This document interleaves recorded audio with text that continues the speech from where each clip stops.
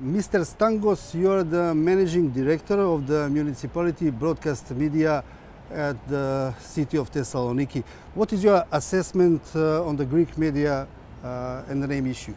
The Greek media were not prepared for the new momentum that this, let's say, litigious issue has taken the recent months. So their approach to the recent developments is mixed. On one side you have the media, let's call them more responsible media, that have followed the issue and remember that the position of the Greek government for the last 10-15 years has been in favor of a mixed, a composite name. And you have also the media that are more prone to caressing their public, and they are more nationalistic in the sense that they do not accept the composite name, but they still are in favor of a name that will not include the term Macedonia. How does the Greek media cover the name issue, the latest negotiation, protest in Athens and Thessaloniki? Is there different media approach?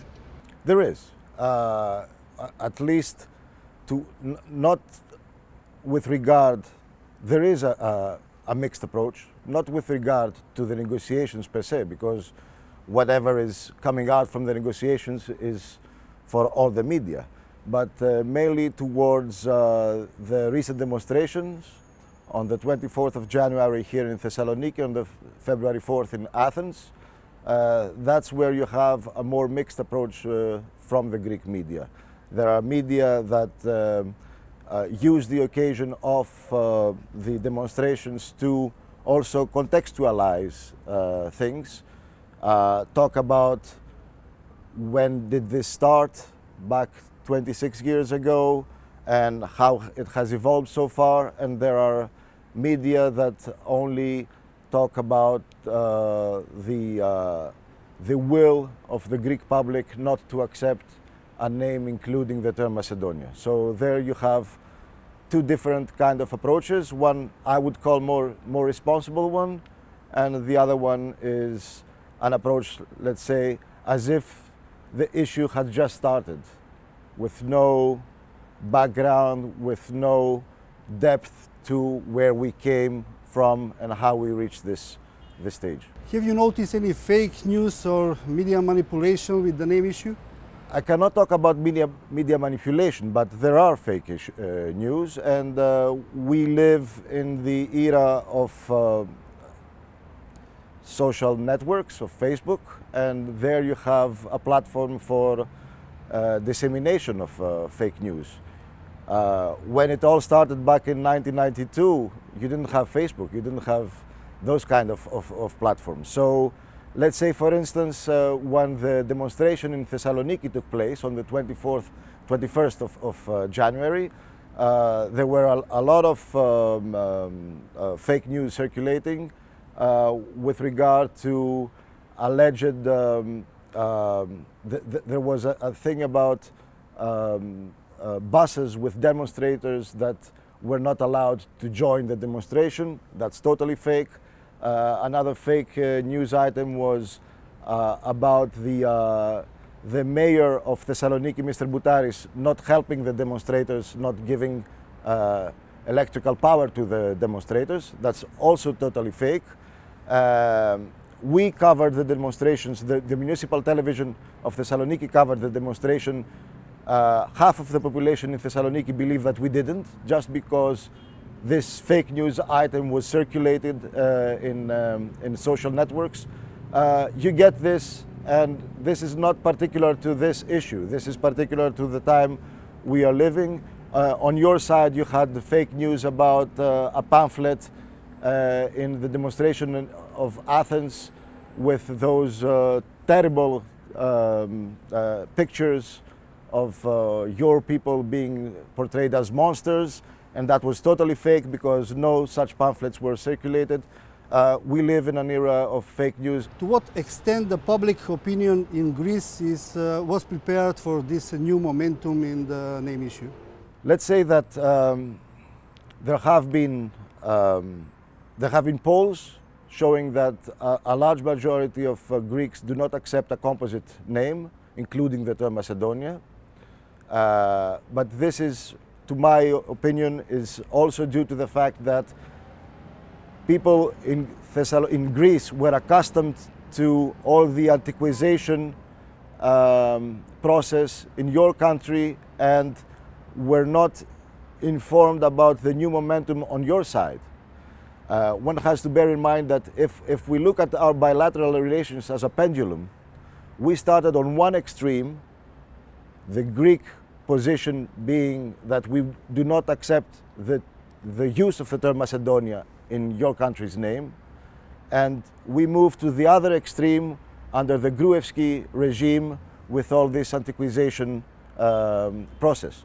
So this 10-year period of the Gruevski regime, this sort of sank into the Greek public opinion as a vindication, as a proof that our deepest fears were right.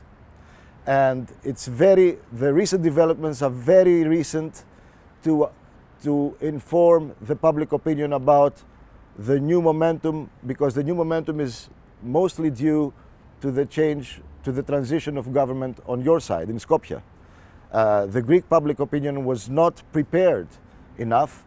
They all think that on your side, in Skopje, we still have a regime like the one under Gruevski, and so there are those deeper fears that were vindicated through the Gruevski government. They think this is the case still, so they react accordingly. If we had more time to inform the public opinion that things have changed on the other side of the border, that there is a slow but sure transition from the antiquization to something more acceptable on this side, then I think that the public opinion would not be that harsh. There is a strong belief that now is a time for solution of the name issue. Are you agree with this? I do. I agree that. And why is that? This is an issue that has been going on for too long and has been using political capital on both sides of the border. Your country is eager to find stability, to join the Euro-Atlantic institutions. I think Greece has every interest in putting this issue back and moving forward to having normal relationship and let's say materialize whatever is to be gained in terms of economic relationship and closer relationship between the two peoples. We in Thessaloniki, we know better. We have citizens from the former Yugoslav Republic of Macedonia coming here to spend their money or going to Halkidiki for their summer vacations. On a personal basis, things have been going smoothly. We need to find a solution that is acceptable on both sides of the border. My personal opinion is that we should find a solution with a composite name. We should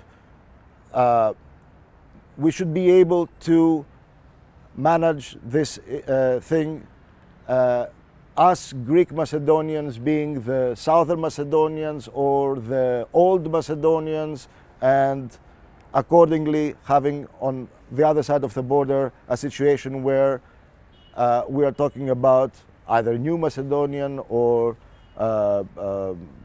Northern Macedonian or Upper Macedonian or Slav Macedonian. But if we find a way to